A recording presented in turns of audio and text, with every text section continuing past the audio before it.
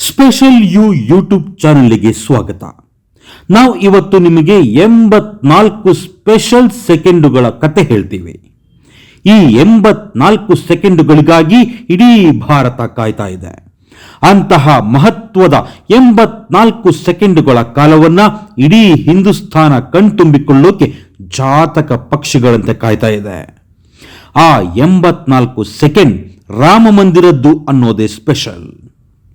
ಅಯೋಧ್ಯೆಯಲ್ಲಿ ಜನವರಿ 22ನೇ ತಾರೀಕು ಶ್ರೀರಾಮ ಮಂದಿರದಲ್ಲಿ ರಾಮಲಲ್ಲಾ ಮೂರ್ತಿಯನ್ನ ಪ್ರತಿಷ್ಠಾಪನೆ ಮಾಡ್ತಾರೆ. ಆ ದಿನ ಪ್ರಾಣ ಪ್ರತಿಷ್ಠೆ ಮಾಡುವಾಗ ಅರ್ಚಕರನ್ನ ಬಿಟ್ಟರೆ ಗರ್ಭಗುಡಿಯಲ್ಲಿ ಇರೋದು ಪ್ರಧಾನಿ ಮೋದಿ, ಸಿಎಂ ಯೋಗಿ ಮಾತ್ರ.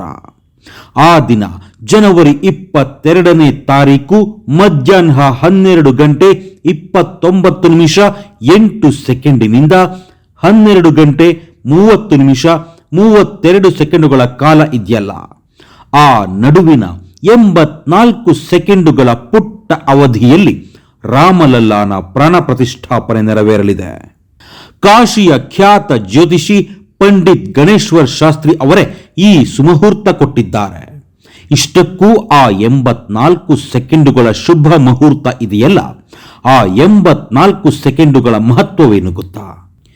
ಯಾವುದೇ ಮುಹೂರ್ತಕ್ಕೆ ವಿಶೇಷ ಶಕ್ತಿ ಇರುತ್ತೆ.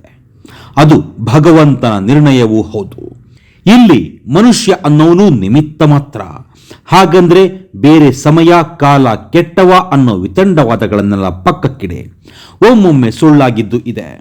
ಹಾಗೆ ನೋಡಿದ್ರೆ ತ್ರೇತಾಯುಗದಲ್ಲಿ ಶ್ರೀರಾಮಚಂದ್ರನ ಪಟ್ಟಾಭಿಷೇಕಕ್ಕೆ ಸ್ವತಃ ಬೃಹಸ್ಪತಿಗಳೇ ಇಟ್ಟಿದ್ದ ಮುಹೂರ್ತ ತಿರುಗು ಬಾಣವಾಗಿ ಶ್ರೀರಾಮಚಂದ್ರ ವನವಾಸ ಅನುಭವಿಸಿದ್ದು, ಸೀತಾಪಹರಣ ನಡೆದದ್ದೆಲ್ಲ ಗೊತ್ತೇ ಇದೆ.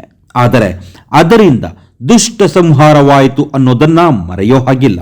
ಈ ಅಯೋಧ್ಯೆಯ ರಾಮ ಮಂದಿರದ ಪ್ರಾಣ ಪ್ರತಿಷ್ಠಾಪನೆ ಮುಹೂರ್ತ ನೆರವೇರೋದು ಅಭಿಜಿನ್ ಮುಹೂರ್ತಕ್ಕೆ. ಜನವರಿ 22ರಂದು ಮೇಷಲಗ್ನ ಮತ್ತು ಆ ಲಗ್ನದಲ್ಲಿ ಗುರು, ಪಂಚಮ ಬಿಂಬಸ್ಥಾನ ಶುದ್ಧ, ಪಂಚಮದ ಬಾಧಾಧಿಪತಿ ಕುಜ, ಶುಕ್ರ ಅಂಗಾರಕ, ಬುಧ ಅಂಗಾರಕಯುಕ್ತನಾಗಿ ಅಗ್ನಿತತ್ವ ರಾಶಿಯಲ್ಲಿ ಅಂದ್ರೆ ಧನು ರಾಶಿಯಲ್ಲಿ ಯುದ್ಧ ಸ್ಥಿತಿಯಲ್ಲಿ ಇದೆ.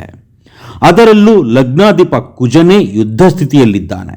ಇಲ್ಲಿ ಲಗ್ನಾಧಿಪ ಅಂದ್ರೆ ಅಯೋಧ್ಯಾಧಿಪತಿ ಕೋದಂಡರಾಮ ಇರುವುದು ಧನಸ್ಸು ರಾಶಿಯಲ್ಲಿ. ಲಗ್ನದ ಬಾಧಾಧಿಪತಿ ಶನಿಯು ತೃತೀಯ ವೀಕ್ಷಣೆಯಲ್ಲೇ ಲಗ್ನ ಇದೆ. ಶನಿಯು ಕುಂಭ ರಾಶಿಯಲ್ಲಿದ್ದು ಶನಿಗೆ 3, 7 ಹಾಗೂ 10ನೇ ದೃಷ್ಟಿ ಇದೆ.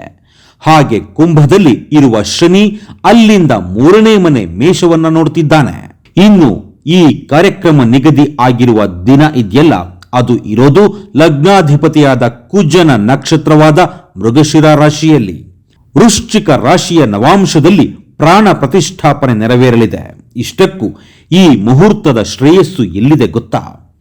ಈ 84 ಸೆಕೆಂಡುಗಳ ಮುಹೂರ್ತದಲ್ಲಿ ಗುರು 5, ಸಪ್ತಮ ಹಾಗೂ 9ನೇ ಸ್ಥಾನದಲ್ಲಿರ್ತಾನೆ.